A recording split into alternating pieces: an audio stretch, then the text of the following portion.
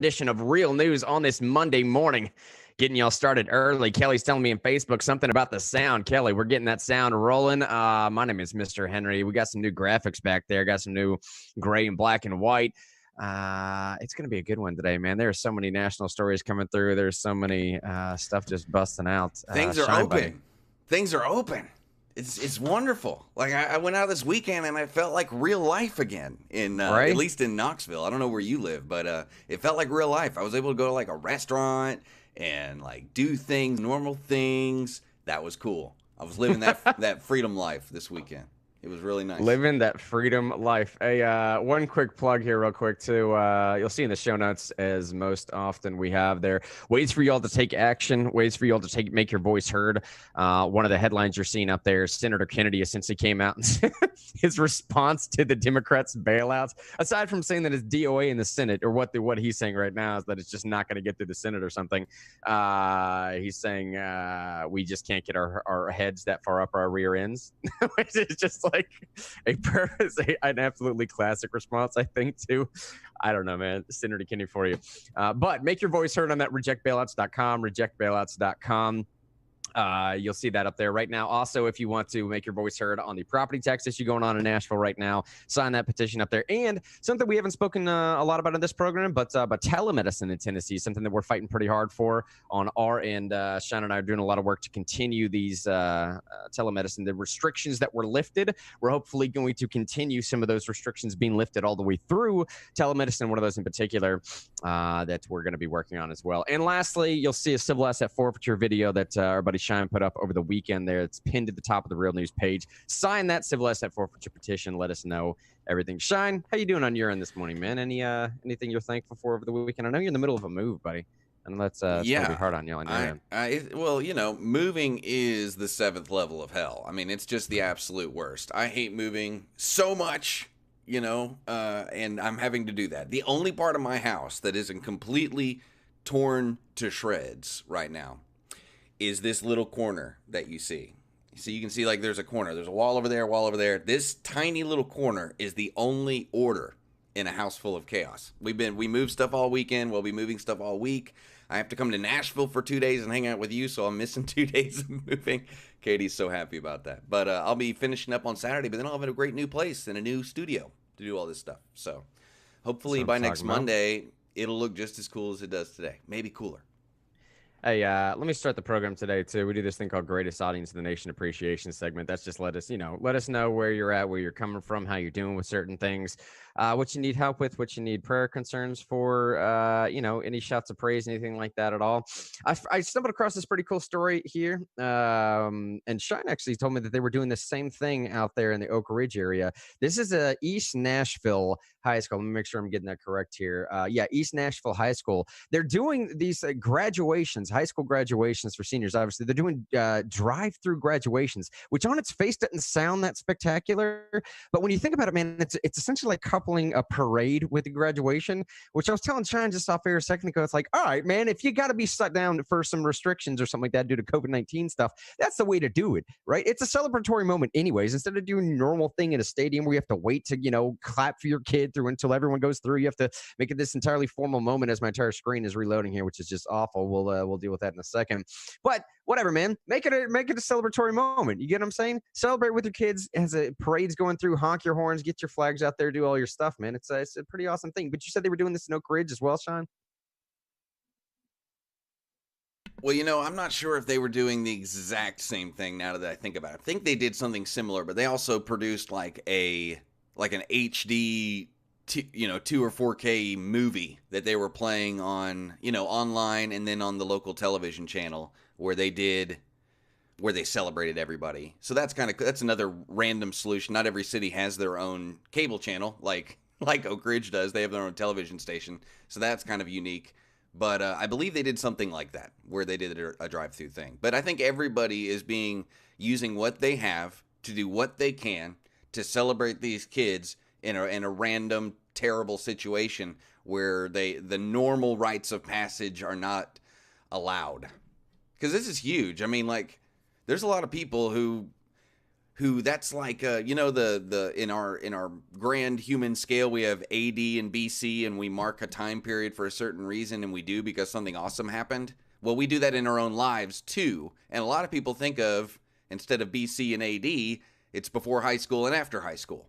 You Yeah, think that's of, right. I hear you. like even people catch themselves saying things like, "Hey, I'm almost down to my high school weight." Because why is that important? Why don't you say I'm down to my 22-year-old weight or my Right. 25-year-old weight? Because there's something important in the human mind in our culture. It's one of the last vestiges of ritual that we have left. I mean, people barely get married anymore, but everybody is supposed to graduate high school, and it's a universal deal of showing everyone that I'm I know that some people are going to laugh at this, but it's saying I'm an adult and I'm ready to take on the world. And thank God these kids are getting that, because otherwise maybe they would have been less motivated to take on the world. Maybe they would have still felt like they were a child. So and we need that youthful energy. We need these budding adults more than we've ever needed them before. We need them to get out there and produce some value for us all. And I'm so Here's a glad little that bit they're of getting that. here's a little bit of that video that I don't know, man. It's just a feel good story over the weekend. Here's a little bit for y'all.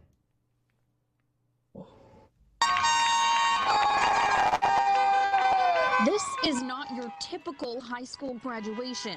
Single file line of vehicles, mom or dad behind the wheel, teachers cheering from the sidelines 6 feet apart, and your masked principal handing you a diploma with an elbow bump. Even your photos with friends look a lot different. This is East Nashville Magnet High School's drive-thru graduation. This is a new, cool way to do graduation in a situation like this. While schools in Tennessee have been closed since March, May marked graduation for Anyways, man, it 176 goes on for a little bit seniors more. at But you know East what I'm Nashville. saying, though, buddy, right? I mean, like, I don't know. It's a feel good story. Puts a smile to your face. I'm sure the video is a little bit choppy, but it was really just the still images that I wanted everyone to see. Because I was watching this over the weekend and thought, like, all right, man, there's a perfect example of some people making the best of a terrible situation, right? And honestly, in retrospect, it makes me think back, like, I don't know, dude. I may have actually wanted to do my high school graduation in that exact same way. Yeah, I mean, Hey, that's the beauty about in times where you have to innovate. Maybe they learn something that they'll keep in addition to doing regular graduation in the future. Because, like you said, that's a really cool idea. Doing the parade. Keeping stuff local here as well in the Nashville area. I was talking to Sean about this just off air a second ago, man, and you'll see in the show notes they're linked at the top of the page there as well. I'll go ahead and share this portion of the screen so everyone can see where they're at here. I'm sort of just thinking out loud here, and I'm trying to formalize this a little bit more. This video is not necessarily to play here. We can actually read through some of the quotes from the interview itself, but Tennessee Freedom Rally actually met for the third time. Tennessee Freedom Rally. I say that one more time. Let's see if that affects the Facebook and YouTube algorithm if we get the video shut down, right? But they met for the third time in Nashville today on that lawn that you're actually seeing in the picture right there. And the group obviously is protesting against regulations that Tennessee Governor Lee and Nashville Mayor Cooper. Now that puts an interesting angle on it that I didn't bring up before, Shine, right? In particular, Mayor Cooper, which is a totally different level of restriction than what Governor Lee is implementing right now, right? And this is the third time they've met, and I was talking to Shine. I was like, man, it's interesting to see a lot of this stuff, what's going on, when you start to think the number of times they've come out and the change that they've actually been able to effect, let me say, okay, the way that I think, I don't know whether Governor Lee is responding to some of these protests or not. Who am I to say? I don't really, I don't know. A lot of things changed after the first weekend they went out. Exactly. A lot. I mean, really did. And I would even say it started the ball rolling for our entire region. I mean, not just even in Tennessee. The fact that they participated was part of a greater message being put out there in multiple states. I mean, look what that movement's done in Michigan. They just invalidated the order through the state Supreme Court. They got the whole legislature to vote to invalidate the order. And so, I think they're very, I see their posts. They're very conscious that this is a national movement, too. So that's more context. Well, they met obviously for the third time here, and you'll see on the screen right here. I'm reading it along with y'all. The News Channel 4 spoke to the organizer Kimberly Edwards and asked why they decided to host yet another rally. And it's interesting, even the language that's used right here: host another rally. right? Like I think that the implication for Channel 4 is like, you already did it once. What else do you need to prove? You already did it a second time. And Governor Lee opened up bowling alleys earlier than he was going to before. He opened up, I don't know, gyms or something earlier than he was going to before. I don't know. Whatever the things is that you already proved your point. What else do you need to show type thing? Her response, obviously, as you can read, is basically, we're here in between the Capitol and the health department to say, look, we see you. We know that these are bureaucratic committees are influencing policy, but it's time for you to lay down your power. It's time for the shutdown to end. It's time for our constitutional rights to be put number one priority. She goes on to say that she believes every regulation should be a choice for each individual person. Maybe that in and of itself is something that everyone could have a conversation about, but she finalized by saying, I would like for the executive orders to be rescinded and for this just to be guidelines only from now on, right? And I focused it one more time because I'm really just wondering where the real news audience feels about this too.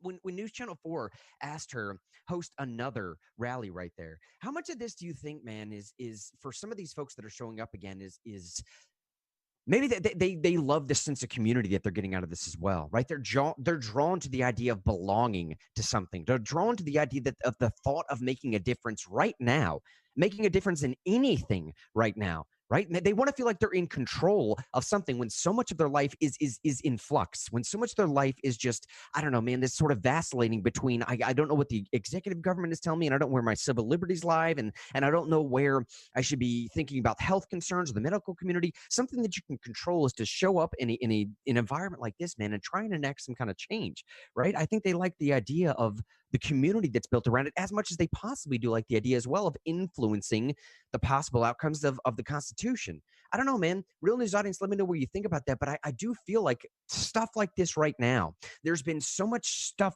forced upon the American populace that the government has now sort of enforced this idea so much that it's that Kung Fu Panda thing, Sean, right?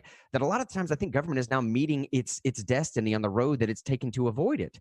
Right? I got this video sent from Gabi this morning, my wife here, about this Romanian church in Chicago. I'll play the video if you'll want to. But there's police lined up in the front of this private parking lot, to shut down people from coming into their church, right? And now for that entire congregation of Romanians, which I'm telling you right now, buddy, like you want to mess with a group, don't use government to mess with Romanians, all right? Go look up the history. Don't mess with people who lived Romania. under communism and were told for decades, multiple generations, they weren't allowed to worship, and they still figured out a way to do it because they're still their kids and grandkids are alive today in America doing it. And even maybe some of the people that are alive now lived under communism. Don't mess with them. Look what they did to Romania in the 80s. Dude. Right? Look what they did. Go look at the history of what they did to their leaders. To the dirty communists who were running Romania back then. I mean, is it good to be seen as communists if you're an American municipal government? Is that good to feel the same to these Romanians as communists did? That's weird and bad. Right? That's bad. And it starts making me think, man, like, all right, so for this now entire church full of Romanians, what have you done for them? You've created a scenario by which now all of a sudden it's them against government. It's I don't know, shutdown versus First Amendment. It's something entirely unrelated at all to the coronavirus situation, man. And I'm starting to wonder, like, how much this is just community getting through that portion of it, and how much have we disassociated it from the actual coronavirus situation going on? I don't know, man. Maybe I'm entirely off the mark here, but I'm telling you, man, that you're starting to see more and more conversation about this. I saw an interview last night with Bill Gates talking about his not net worth, but his return on investment. This was like a Forbes interview, a Market Watch interview or something. But his net return on an investment for investing, what was it? I don't even know the numbers. Let's call it $21 million or something like that to the vaccine, or call it $2 billion, whatever the number is. It was something like 1,000-fold return on investment from the vaccine stuff. What a hero. About, man. What a hero. what a charity. I mean, he's just giving away his money to help the world, Mr. Henry. Have you seen all those Facebook and Twitter posts about Bill Gates giving away half his money to help his fellow man? And that's how billionaires are supposed to act. And then he comes out in Forbes and say all that money I donated actually got a huge return on investment in my charity. Freaking weird. I know, man. Right? Well, I'm gonna just say it. I'm done with all this. I'm done. I mean, I've tried to be measured and mature or whatever. I'm done.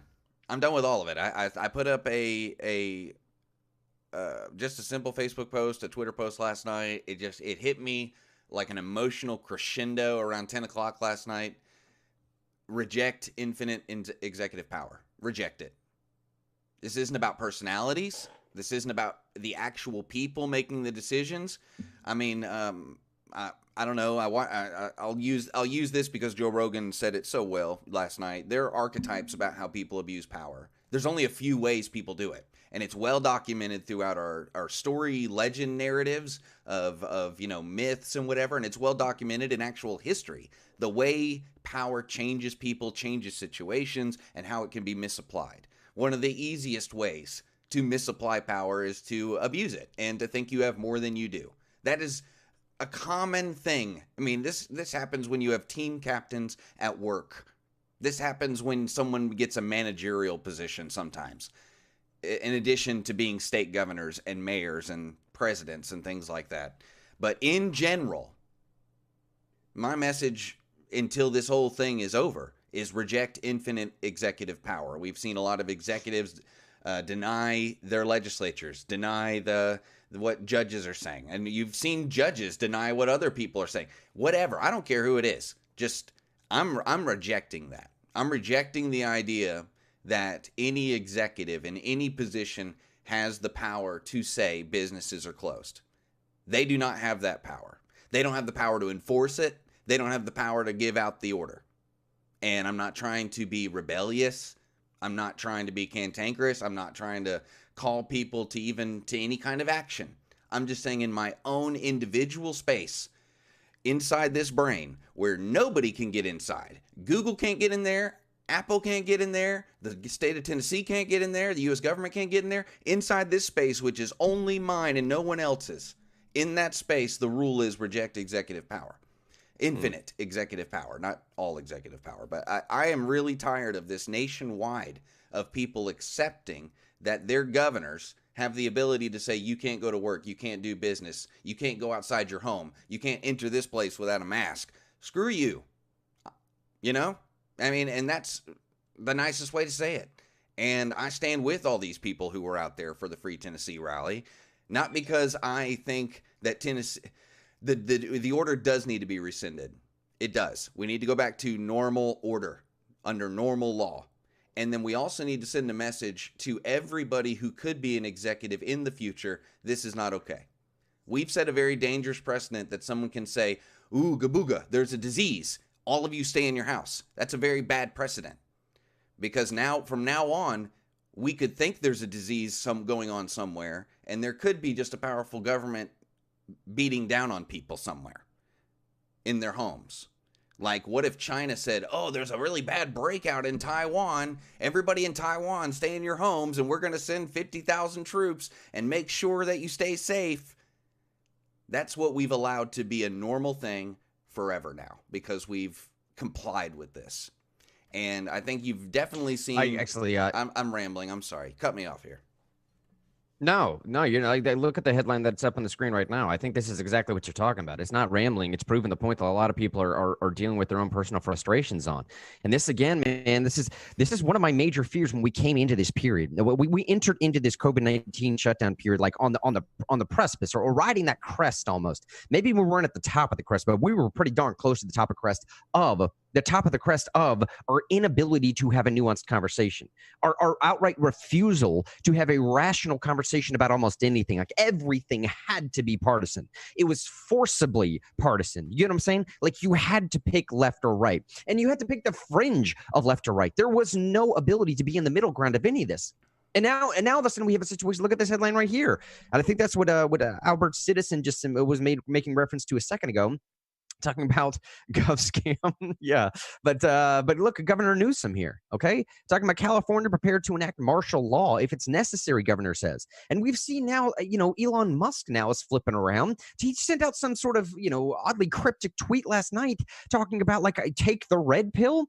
I mean, now, Ivanka Trump responding back with like, yes, take the red pill or whatever that thing was. But it's this weird thing, buddy, of like my frustration is a little bit similar to yours because, man, I always I'm trying to be that objective guy of listen to the medical experts, listen to the scientific community, but you can't do that anymore. Like you just can't do that because if you do have some evidence that goes against the common media narrative, if you do have some evidence, let's say the LA County evidence, okay? LA County did this antibody test and it basically showed that like maybe we were off by by, I don't know, a couple 100,000. Maybe we initially thought that 4,000 people tested positive when in actuality it might be 400,000 people, which does a dramatic decrease to the potential lethality of this particular disease, right? And whether that's a good thing or bad thing, I don't know, but it's at least something that people should be able to have a conversation about, right? But at this point, Mr. Henry, just from a matter of just logic and reason, if there was potential lethality, we wouldn't be talking about potential. The time for talking about potential is over. We have 80,000 people who've died, and a lot of which is a large number of people. I'm at this point, I'm starting to think that a lot of those people had a very high chance of death between February and where we're at right now anyway, because of the numbers we're getting about the kinds of people who are dying. Like 99% of them of having other underlying causes. But there's been enough people exposed, we'd have a much higher amount of death if the potential lethality was super high in the United States. Millions of people live in the city of New York. Millions and millions of people live in the city of New York. They're all packed together. They all ride the subway trains. And not to mention, they're not social distancing. I posted an article last night about people in New York in the bars. Bars were full over the weekend. Beaches were full over the weekend in a place that's a hot spot. If that was a hot spot, there'd be way more people dead. Way more people dead. And I don't know why that's the case. I'm not a freaking scientist. I just know that they dug mass graves and they're not putting people in them. I know their hospitals are empty. I know people are out hanging out and like clanking beer glasses and giving people drunk hugs and calling their girlfriends in the middle of the night. You know what I'm saying? And like people are out doing things and it's not spreading rapidly and our hospitals are not overflowed. Almost every emergency hospital in every state, including New York, is closed. So I hear what you're saying on we can't trust these experts. Or maybe I'll go back to something Tim Pool said last week. We just need new experts. That's my question. These experts suck. And either they suck at their job, or they're liars. Those are the only two options. Dr. Neil Ferguson in the UK was wrong. Dr. Fauci was wrong. We need new experts. And I think there's more evidence that they're liars than that they're wrong. And I hate saying, or maybe they have misplaced, what do you call them, motivations that are intertwining there. I don't know. I was blaming a lot of this on litigiousness of our society. Like people were afraid of getting sued, and that applied to cities, states, and even the United States. And like maybe everyone's just being overcautious because they're afraid they're going to get sued. I don't think that's the case anymore. I've kind of thrown that away. I wanted to give my culture the benefit of the doubt that what we were doing was for a decent reason. But I can find no decency in this decision making. I can find none. I can find no reason to not only not continue what we're doing right now, Mr. Henry, statewide and nationwide, but to make a decree that something like this should never happen again. Because the damage is done. And it's way worse than the coronavirus could have ever caused. And think about it this way, too, man. Kelly just said in Facebook here, no, they know exactly, they know, K-N-O-W, they know exactly what they are doing. And Albert Citizen followed up by saying, yes, they were terrible back in February, even more so now. And think about that, man. Even back in February, like these same alleged experts back in February were telling us, like, yeah, it's not a problem. All right, like Democrat, Republican, it didn't matter. CDC, WHO, none of that necessarily mattered. These same alleged experts back in February were saying, Nancy Pelosi was saying, show up to these Chinese New Year's parties. It's not a problem. The New York City Health Commissioner was saying the exact same thing. Arguably, the Republicans were making as much light of this as Democrats were. So if we're supposed to be taking it seriously now, I don't know. Did everyone just sort of stumble upon that realization? I'm not sure. I'm not sure. You could say, Mr. Henry, like, I get it. American public is about as fickle as Hollywood movie stars are. Possibly, man. But there are also ones that are led willfully and sometimes even blindly into what the scientific consensus is. And that's what's so frustrating for people right now in this day and age of our inability to have a nuanced conversation. In this day and age where we all have this logical fallacy of just appeal to authority, right? Well, my authority is better than your authority type thing. And then you're not having a conversation or an argument. You're just trading authority headlines across the board type thing. In that day and age, it becomes abundant, like exceedingly important to have a consensus as to what is and what is not, what's happening and what is not happening, man. And I think the best way to do that, the point I'm really getting to here is, unfortunately, I think you have to start as local as possible. I really do. I think you have to start with your local community, your local neighborhoods, your local government, and work outwards from there, dude, because a blanket top down, I know I'm speaking in adages here, but it's purposeful. It's for a reason. They are old adages for a reason, man, because I think if you start from a national top down level, all of a sudden you're going to think that New York City is the same thing as the 3 other most populous states out there. Do this as just an example for yourself. Look at the population of New York, California, Texas, and Florida. All right. New York, California, Texas, and Florida. And then look at the way that Texas and Florida have handled this as opposed to California and New York. And then look at the population density compared those two and the number of cases of positive confirmation cases that they have going on right now. Right. I think Albert Citizen hit it on the head, man. Like, if, yeah, they were terrible now, but they were also terrible back in February. And it kind of gets to the point, dude, of like, well, who do you trust? Because trust itself, dude, is something that is so insanely fleeting in this day and age. I don't know what to do with it anymore, buddy. Listen to this interview last night. This is a hard transition, but I hope it makes sense. Listen to this interview last night. President Trump was giving this interview with Fox News, and I always forget this lady's name, so I apologize ahead of time. It doesn't matter. The question is what matters here, though. All right? This is the level of trust that we are to right now. I'm telling you right now. Just listen to this question. Do everything. Do you believe President Obama directed the U.S. intelligence agencies to spy on you? Yes, he probably directed them, but if he didn't direct them, he knew everything. Once they and you'll couldn't see find that. By the way, collusion excuse me, evidence. you're going to see that when the papers came out. Remember the Lisa Page text to her lover saying POTUS wants to see everything? POTUS. They're not talking about me. I wasn't president. They're talking about POTUS wants to see there was a meeting on January 5th. We're going to get to in much more of this interview, I promise you. But Sean, do you get what I'm saying? This is the level of trust that we're at in this nation right now. We're in an interview with the sitting president of the United States. They ask him, by the way, like, we got this whole spy thing going on from the previous administration where, like, it's essentially irrefutable evidence now at this point that they were looking into your campaign. By the way, too, let me say quickly, if anyone forgot this, we all realize that the exact same players that were looking into the Hillary Clinton scandal before this were also the exact same players that were looking into Donald Trump, right? I mean, we get that, right? I'm talking Clapper, I'm talking Comey, I'm talking Page, I'm talking Strzok. All of these same people were the exact same people that were set up to look after Uranium One. They were set up to look after the deleted bleach bit email scandal, all that stuff. The exact same people were in charge of all that stuff. We're also in charge of looking into Donald Trump. So the questions then posed to him last night of, do you think a previous president, I'm not talking administration, straight up, do you think President Obama directed our intelligence communities to spy on you? This is the question verbatim. Do you believe President Obama directed the U.S. intelligence agencies to spy on you? Verbatim was the question, and his response was, yeah, of course. Well, even if he didn't, he definitely knew about it. It's like, bro, hold on. So we had a 2-year scandal about Russia possibly influencing some election. And that was the most scandalous thing in world history, but definitely American history for sure. Like overshooting Watergate like it was the moon type thing. That was the scandal previously. And now you're telling me that we've weaponized the U.S. intelligence agencies to work in cooperation with media to get talking points from Obama's DOJ, and it all might have actually been directed by the previous president to ensure that Trump didn't win? Like, if that's the level of trust that we're at right now, then I'm kind of sitting back saying, Sean, it's no wonder that people aren't trusting a consensus. Because what in the world even is consensus right now? Go ahead, Sean. It's amazing that they trusted in the first place, considering the level of trust that they should have. And this is something that I think I talked to you about before the show that blows my mind.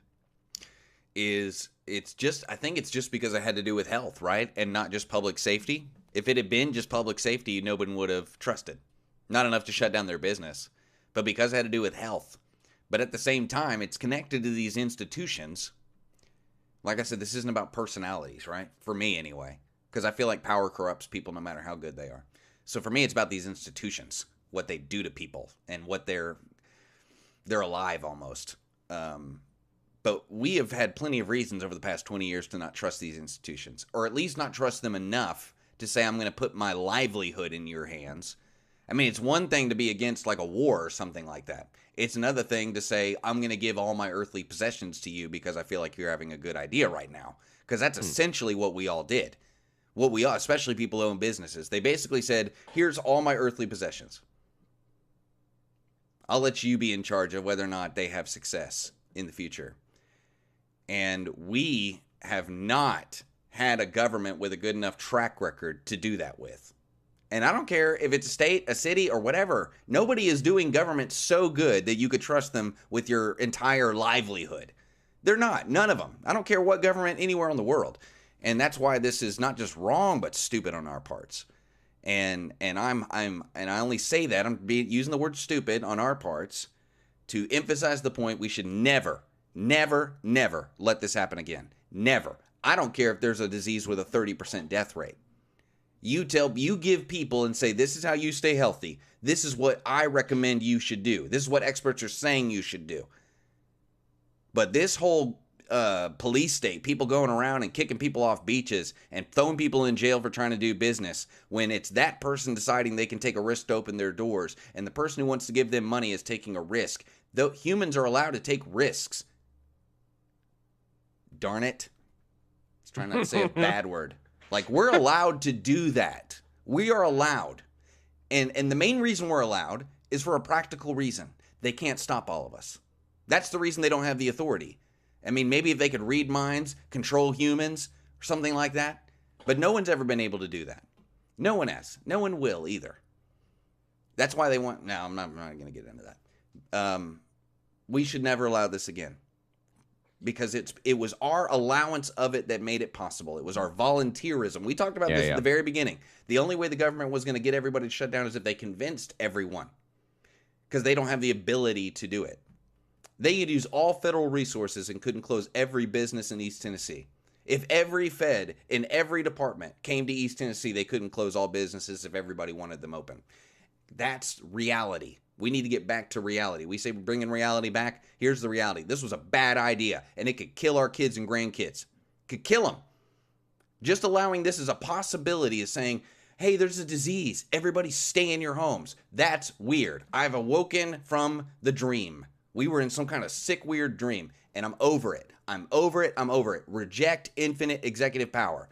And I know I probably shouldn't be talking like this. I'm supposed to be like a mature person who does stuff, whatever. I'm done with it. This is too serious. This is more serious than almost anything that's ever happened. No government has ever gotten people to voluntarily stay in their homes on this mass level ever, ever, ever. And they've never been trying to enforce it on this level ever in human history. Think about it. And I'll stop. Kelly I've been going said, so long. I'm Albert, so sorry. No, Albert said on Facebook a second ago, man, yes, that's exactly correct, Mr. Henry. I'm so done, more done, really burnt, if you want a temperature. Kelly goes on to say, we've never been able to trust them. They've given us zero reasons. But Kelly also goes on to say, not the D's, not the R's, not the alphabet soup of all other government agencies. Never, ever have any of these agencies given the American public any reason to trust them. I kind of want to focus for a second, dude, on what what Kelly just said, not the D's, not the R's, because that's another component that only exacerbates this entire problem. And that's why I sort of started this whole thing today with that story at the very beginning of the show notes up here, talking about the Tennessee Freedom Rally meeting for the third time. That's why I'm started trying to pick up on this idea, this simple notion that maybe people just want to be able to feel like they're in control of something. Maybe people just want to start to feel like that their actions matter for any given reason. You get what I'm saying? When Kelly says not the D's, not the R's, I think about, okay, so what other option do you have then? I mean, honestly. I'm not trying to placate Kelly's, a question here. I'm not trying to throw some, general hypothetical out there. I'm more so pointing to the headline that I'm sure everyone saw over the weekend. Libertarians were distraught over Justin Amash stepping down as no longer being a presidential candidate. You'll see this in the show notes as well. And I don't even know if it really matters all that much, frankly, but it mattered to them. I want to say, for my friends because of that. I did. I don't care if Justin Amash is running. Really, I don't. But I felt bad for my friends. I really did. That was some disappointing news for a lot of people over the weekend. It was, man. And honestly, I think it was more I'll hold that opinion for a second. Let me just help people what's going on here. Okay. If you didn't know what was happening, Justin Amash is a Republican elected congressman. Now, what I mean by that is he ran as a Republican. That's an important point in my mind because he did not get elected as a libertarian. He then switched after the whole Trump scandal with the impeachment nonsense that went on. He then switched to independent and subsequently came back into the back end. Now he's libertarian again. So technically speaking, yes, he is the first ever actual libertarian congressman in the history of the United States, or at least, yes, that's true in the history of the United States, history of the party for sure. So Amash a little while back announced a presidential exploratory campaign. And for Justin Amash, that was basically like, okay, libertarians, if you want to make me your nominee, just have at it. Because that's exactly what was happening. If you follow these polling from state to state, and that's exactly what I've been doing, you know how Mr. Henry feels. I like to pretend that I lean libertarian. I just can't figure out the big L libertarian party. I cannot figure it out. But every stitch of my being has libertarianism written into it, right? Like if I could run as a libertarian and win on something, you better believe I would run as a libertarian and win on something, all right? And I'm pretty sure Justin Amash felt the same way. And he was killing it, dude. He was killing it in the polls. It was highly, highly likely, highly probable that he was going to become the libertarian presidential nominee. But now, over the weekend, he announces he's not running anymore. He's just like, this is what he's saying. A Twitter rant that he went on saying, after much reflection, I've concluded that circumstances don't lend themselves to my success as a candidate for president this year, and therefore I will not be a candidate. He tweeted this on Saturday. He went on to say that the new reality of social distancing levels the playing field among the candidates in many respects, but it also means lesser known candidates are more dependent on adequate media opportunities to reach people. That was a major thing for the Libertarian Party. Justin Amash had those adequate media opportunities baked in, either by way because of his previous controversy by not supporting Trump during the impeachment, or because he's so consistent on the way he votes on bills, or the fact that he's just an elected congressman at a national level. Well, the Democrats were going to give him attention because he could pull votes from Trump. That's another good point, right? That's the main reason he was going to get media opportunity. Let's be real about it. It isn't because his controversies have to do with being anti-Trump. Let's be real. Okay, the reason he was gonna get media attention because he was anti-Trump. That's the real deal, and that's why a lot of people were excited. I think he was supposed to run, man. I told you that. Yeah, I'm telling you, the way I envisioned the world. I told you about this in 2017. I said there's going to be a libertarian candidate, and he's going to get a crap ton of Democrats to vote for him. That was my guess, and it's like I could feel it. I was telling you this around the Kavanaugh times. Remember that? I called you on the phone during the Kavanaugh hearings, and I'm like, this is what I see the future happening.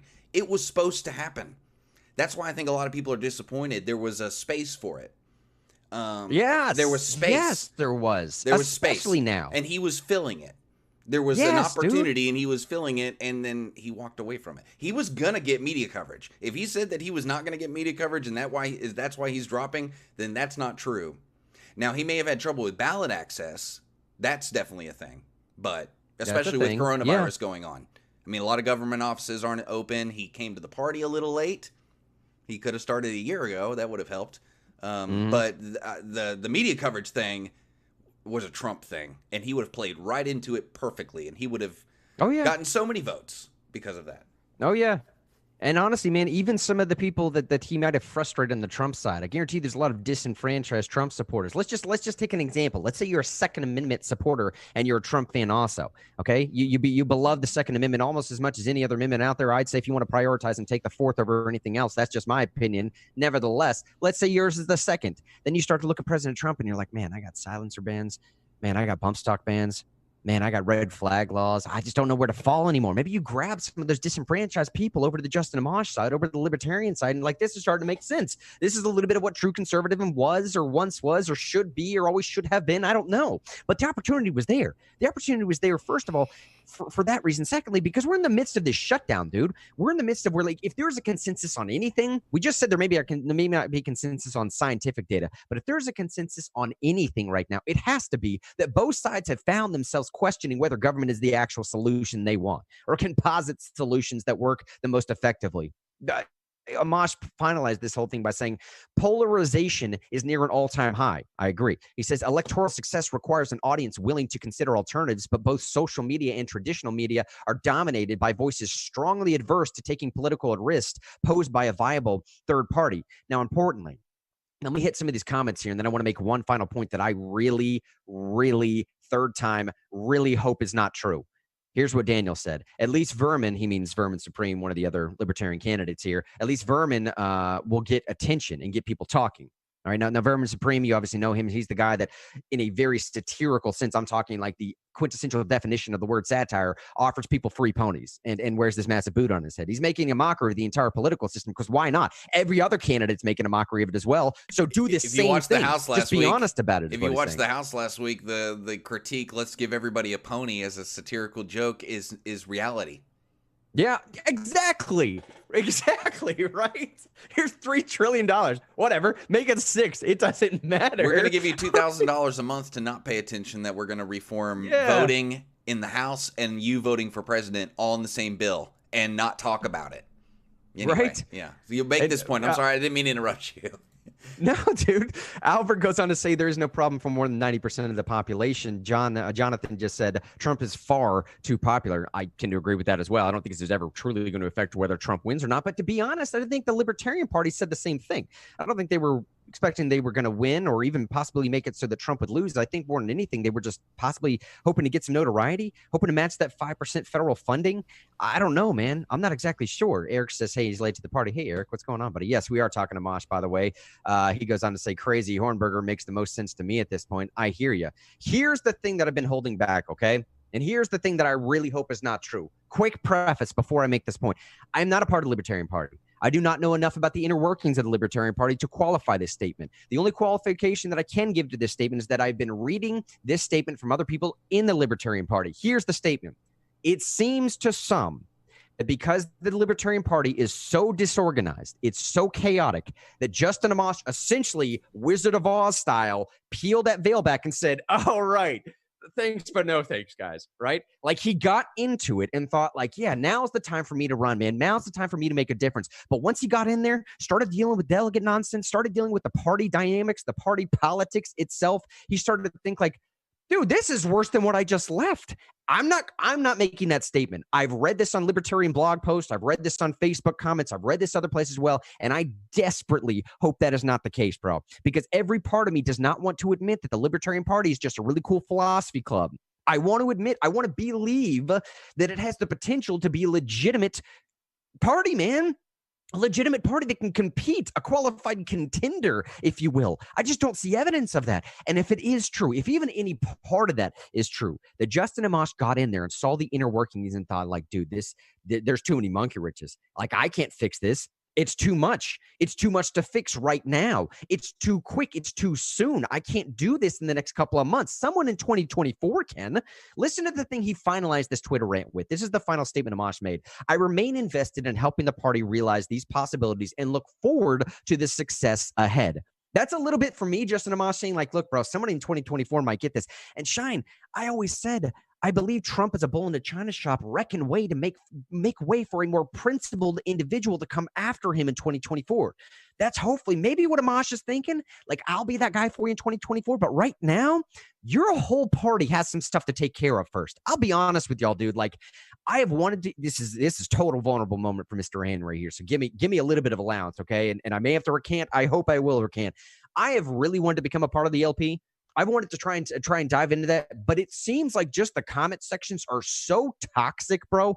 Like, it's such a toxic environment to introduce yourself into. If you don't meet the qualifying standards, I don't even know what those qualifying standards are either, because it's different for each individual you ask. But allegedly, if you don't meet those qualifying standards, you are excommunicated. Like, you cannot get in. You're not deemed worthy enough. And maybe that's a little bit of what Amash came across. I'm going to catch up with comments, and I'll let you respond real quick, Sean, because I want to know what the folks in Real News I think you can sum up a response from the comments section to what you just said right here from Daniel Snowden, who I know is a member of the LP. It says, I hope the LP never has a qualified contender. It was formed to get free airtime for anarchism. Which probably is somewhat true, at least for a portion of the Libertarian Party, and probably some of the... probably part of the frustration that you have about it, a little bit. It's a forum more than it is a party, and that's a really good point because it acts like a forum. But, like, I don't know. People in glass houses can't throw stones. I've started plenty of movements that have devolved into people just sitting around at a bar complaining about stuff. That's happened. I've done that. Me and Grant have been a part of groups like that, where we said we were going to do something, but we ended up sitting around at a bar complaining about stuff.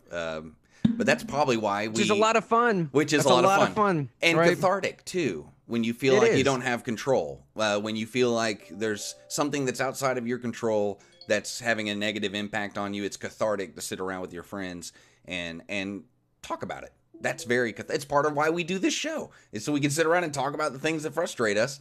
But something that's been an evolution in me and Mr. Henry's thinking, and this shameless plug, is getting involved with these people. Because they actually are teaching us and have taught us how to go from that space of complaining and having kind of balled up emotion and energy, and then turning that into tangible change. And that's something important to keep in mind. That's why I kind of bringing it back full circle. So proud of those Free Tennessee people for channeling that anger into something nonviolent. Frustration. Let's not call it anger. Let's call it frustration, maybe even fear, and channeling it into something nonviolent and into something that actually changed things for the good of their purpose. Like, according to their purpose, it was good by getting Tennessee open. Because there's lots of places where people get balled up anger and frustration and fear, and it turns into violence.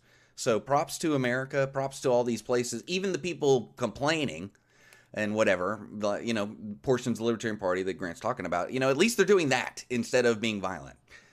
So there's lots of things I just threw in there, Mr. Henry, if you want to get back to the comments. But yeah, let's see. Eric just said a second ago too. I thank Nick Sarwark for that. He's running that party. Him and his cronies openly fight with everyone who doesn't bow at the altar. Daniel Snudnier read that comment a second ago. Eric went on to say, if its members would abide by the core principles of libertarianism, we would do much better. Kelly actually said, absolutely correct. LP is a mess. And it's just like, dude, I don't know, man. It's just like, if ever there was a time or a need for somebody principled, somebody consistent, somebody to kind of come in and make sense of at least a little bit of what's going on. I'll put it this way, bro. Like, I don't think anyone's so disillusioned right now to think that Trump is going to lose this next election. Democrats, Republicans, Libertarians, Green Party, all alike. Nobody. Right? Nobody thinks he's going to lose. Especially Joe Biden, man. He probably cries himself to sleep every night before he falls asleep for the 7th time that day. You know what I mean? Honestly, speaking of Joe Biden real quick, Tim Pool is actually the one that picked up on this, bro. I'm pretty sure. But yeah, we were listening to him the other day, and there was an interview that he did with Jimmy Kimmel, or was it Jimmy Fallon? Doesn't matter. But Jimmy Fallon was essentially asking Joe Biden about his it doesn't matter, fill in some blank of some policy issue. It really doesn't matter. But Joe Biden couldn't convince Jimmy Kimmel, Fallon, it doesn't matter. The names don't matter. Call him Jimmy Nowhere. The late night show Jimmy Nobody. Jimmy. He couldn't convince the late night show host that his policy was accurate or that would work. So Joe Biden's response was like, you know what, Jimmy, just vote for somebody else. What? Dude, what are you talking about? Right? Like, it was literally, it's that South Park moment, like buddy. The 3rd or 4th time that Joe Biden has told someone to vote for somebody else. It's like the 4th time on national television. Instead of trying to convince people that he's right, he just says, we'll vote for somebody else. Which is a really good campaign strategy, by the way. It's like the best thing you could do if you're running for president. Wink, wink. Is say, don't vote for me.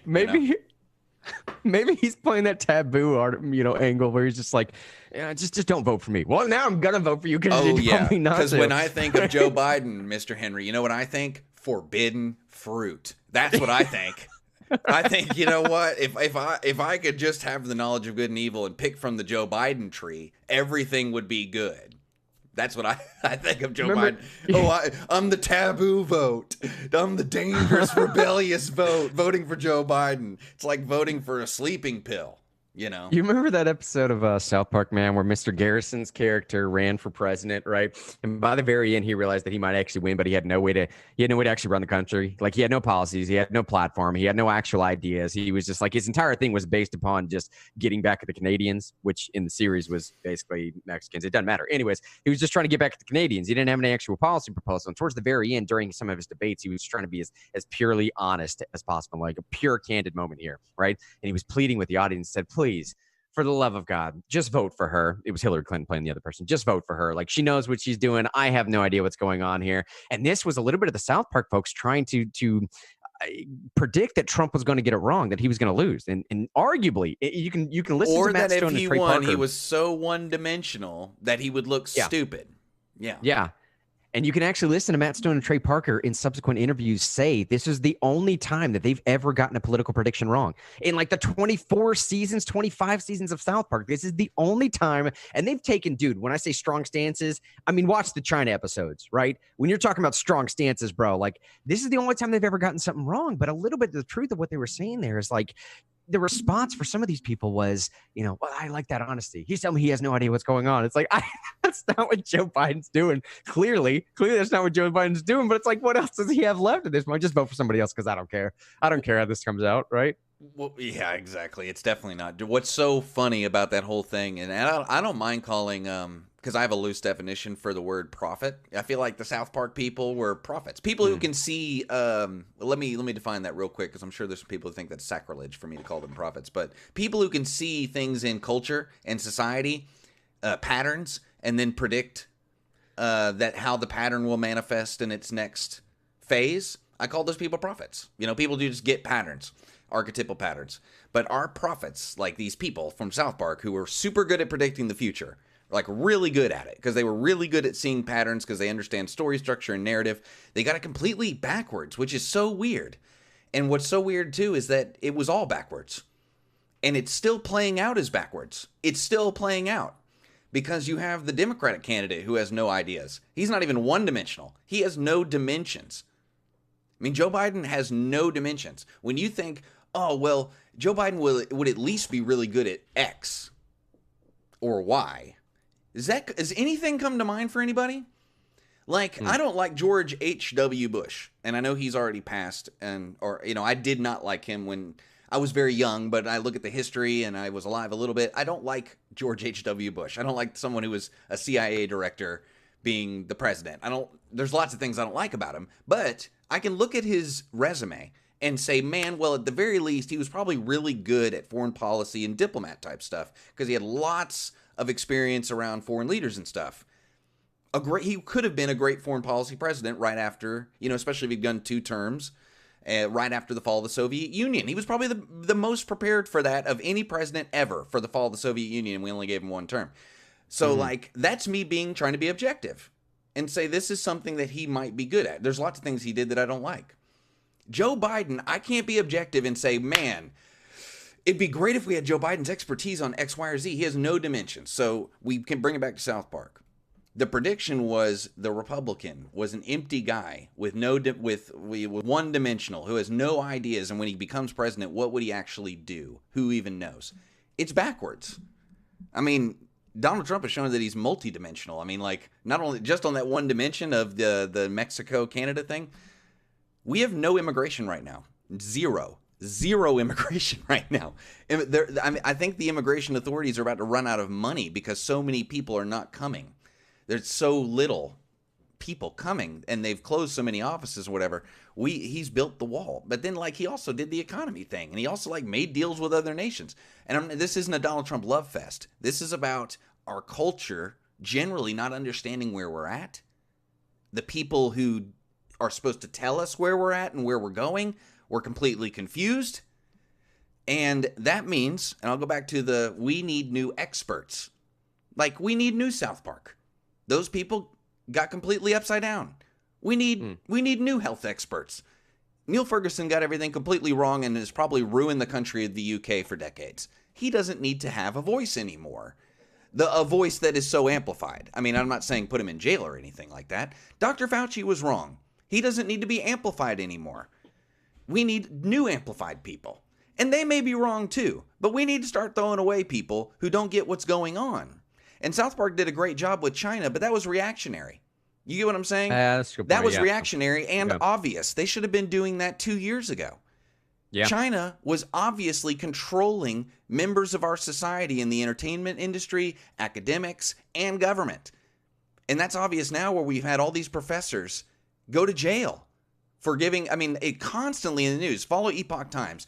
Every other week, there's some professor from a university getting arrested for giving U.S. secrets to China and money to China or money to China. And I mean, the most recent one was in Arkansas, the most benign sounding places. Here in East Tennessee, back in 2017, we interviewed Jamie Satterfield about a VP at TVA who was arrested and charged with spying for the Chinese government. This has been around for a while. We need new experts, even down to the level of our predictive prophets in media, like South Park. But all that's that's me just doing a crazy archetypal drop right there. Hopefully that made sense to everybody. Oh, it did. Jonathan just said in Facebook, there's 3 as of last week. And I'm telling you, man, they got one from Arkansas, he says, last week. I'm telling you, man, I don't know what you do in a day and age like this where, again, not to, I don't know Vermin Supreme all that well at all, but at least just to understand where he's coming from, what he's talking about from time to time, it's a bit of headlines like this. Right. It's a frustrating thing where we're in a particular situation where, stuff should be taken so seriously, but sometimes it's like nobody's taking it seriously at all. I mean, we're about to drop $6 trillion. Let's call it 6.5 or even 7 trillion, 8 trillion by the end of this decade, possibly this decade. What am I talking about? By the end of the next year or two, certainly by the end of the Trump administration, we may drop another, they're talking $8 trillion, man. That's absurd. Right. And I'm not knocking on Senator Kennedy here because I appreciate his response, but his response to, this act passing last week in the House was like, no, it's DOA. We can't get our heads that far up our rears. And I appreciate that. I do, bro. But it's like, I mean, I don't know, man. Like, we just passed 3 trillion of it. To Republicans' credit, man, they did say, here's what Kennedy says, her, meaning Pelosi's bill, her bill would rewrite our immigration laws. Her bill would federalize elections, he said. It would allow federal prisoners to go free. It mentions dope more than it talks about jobs. I think it references cannabis like 68 times. I'm still quoting him here. It says it would expand Obamacare. I mean, to be fair to Republicans here, man, I try and be as fair as possible because I knocked them before with the corporate welfare and the cronyism in the last bit go around. There's a lot of that baked in this. To be fair to GOP members right now, they're kind of saying like, bro, what does any of this have to do? Again, one more time, what does any of this have to do with helping out heroes? Right? What does this have to do with helping out our frontline responders, with getting protective equipment to them, to I don't know, helping out the American people? You're going to pass $3 trillion, and the best you can sum up again is another $1,200 check. This bill is going to mess around with immigration laws, federalize elections, going to let federal prisoners go free. It talks about medical cannabis or something like that, apparently 68 times or something. I'm personally for that. As much as anybody else out there, as much as any other good libertarian is legalizing it to some extent, if not full-on recreational use. That's neither here nor there, though. I think what some of these people are making is, if you want to have an honest conversation about that, let's do this. But this omnibus shoving everything in the exact same time, who's going to take you seriously? And again, I think that's where Vermin Supreme goes off sometimes wearing a boot on his head and promising ponies, because he's kind of saying like, I don't know, man, nobody else is taking this politics stuff seriously, so why should I take it seriously? Honestly, I'm not saying I'm coming around to his rhetoric at that point, because I think if you want to be a political party, you have to treat yourself as a political party. But I at least understand where he's coming from is what I'm saying, bro. You look at something like this, and it's like, again, this is what he's saying. He's arguing that this $3 trillion bill has no chance of passing at all. Here's his exact quote. It's not going to pass the Senate, nor should it. My fellow Republicans in the Senate have tried to see things from the speaker's point of view, but we can't get our heads that far up our rear ends. And I think any fair-minded American would agree. I don't know, man. Sean, what's your take on this, dude? Is it promising too much? Are we hoping for too much that Senator Kennedy saying like, no, this is going to fail. Don't worry about it. Well, I think the fact that you had 12 Democrats vote against the bailout was good. You had 1 Republican who voted for it in the House. And it shows that it's not really partisan if 12 Democrats voted against it, I think. And I think that's a lot of weight. Do you mind if I play our own representative here in East Tennessee, Tim Burchett's thoughts on... Definitely. Be a great way to go out, for sure. Yeah, absolutely. Let me make it full screen for everybody. Here we go. Hey, everybody. Tim Burchett just stepped off the House floor. The primary focus of this bill was just to keep people out of work. It does nothing to encourage anybody to get back to work. It provides funding for abortions. It takes over elections, federal control from our state elections, which do an excellent job, and it just on down the line, paying illegals, coronavirus relief money, should go to American citizens, and we're just rewarding states that have not managed their money well, and on top of that, it gives tax breaks to millionaires and billionaires in places like New Jersey and New York. So it's just a terrible piece of legislation. It was done backroom, Ms. Pelosi and the lobbyist, and no input by anybody else, and a lot of people in our own party are voting against it, but I have no doubt it will pass. But anyway, thank y'all for sending me here.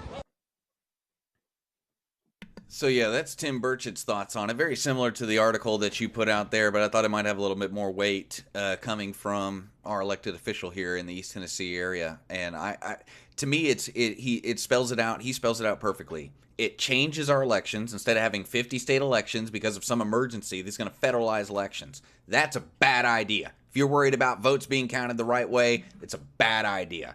And then it's not about coronavirus. It's about emptying the federal coffers into whose pockets? I don't even know. I mean, who are these people who might get billions and billions and billions of dollars? And what are they going to do with them? I mean, that the government gave out just a few $100 million back during the Obama administration, and it funded bad online news sites for like 5 years. That changed our entire political dialogue. I do not know what they do with all this money, but I know it isn't good stuff.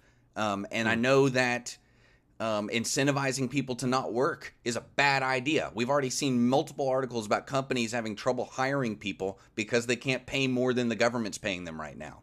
And when does that all end? When does that end? It doesn't end, because when people don't know how to make money and you take their money from them, they do know how to break stuff. They do know how to burn things. They know how to break glass. They know how to, you know what I'm saying? They do know how to do that. So I don't know. I think they're setting us up for some terrible future.